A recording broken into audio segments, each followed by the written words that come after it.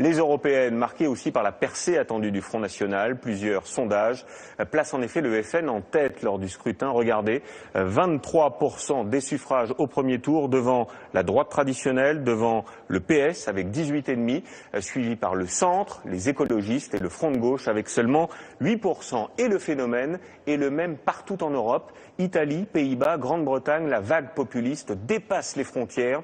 Alors comment l'expliquer? Et s'agit-il uniquement d'un vote anti-Europe? De Londres à Berlin, enquête signée François Baudonnet et Frédéric Furnémont.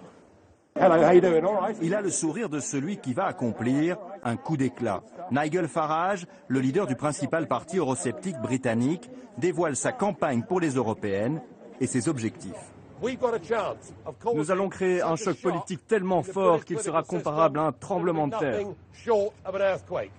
Des affiches et des slogans qui tapent fort sur cette Europe qui détruirait des emplois au Royaume-Uni et qui dicterait à Londres 75% de ses lois nationales. C'est caricatural ou carrément faux, mais ça marche. Il dit exactement ce que beaucoup de gens pensent. Heureusement que nous n'avons pas abandonné la livre pour l'euro. Premier arrivé, premier servi. C'est qui les premiers? L'Angleterre, les Anglais et la philosophie chrétienne. Au mois de mai, le Parti pour l'indépendance du Royaume-Uni, qui milite pour la sortie de l'Union européenne, pourrait arriver en tête et recueillir 30% des suffrages. En Italie, Beppe Grillo, l'ex-humoriste, fait trembler tous les partis traditionnels. Avec ses talents de tribun, il martèle un double credo, l'abandon de l'euro et la fin de ce qu'il appelle la dictature de l'Union européenne. Populiste, oui, je suis fier d'être populiste. Nous sommes des populistes et nous sommes en colère. Aux élections européennes, le mouvement 5 étoiles devrait arriver en seconde position avec 21% des voix.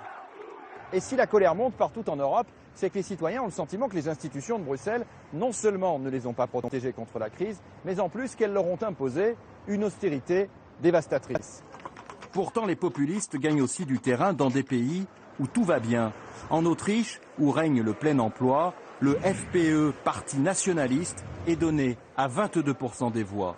Plus au nord, le parti des vrais Finlandais, formation ouvertement anti-immigrés, recueillerait 18% des suffrages.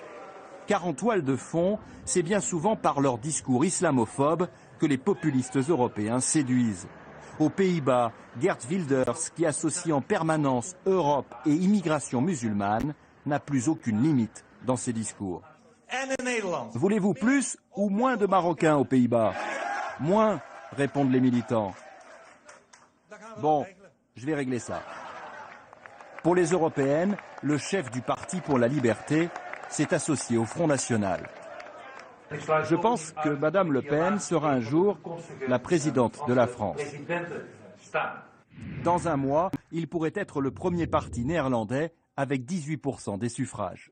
Alors malgré des succès électoraux que l'on annonce records dans au moins 8 pays sur 28, les partis populistes ne devraient pas former un groupe au Parlement européen. Conséquence, ils ne pourront pas détruire l'Europe comme ils le souhaiteraient, mais tout au plus bloquer sa construction. Voilà, et si vous voulez en savoir plus, retrouvez toutes les infos sur notre plateforme france-tv-info.fr avec le blog aussi de notre reporter qui sillonne l'Europe.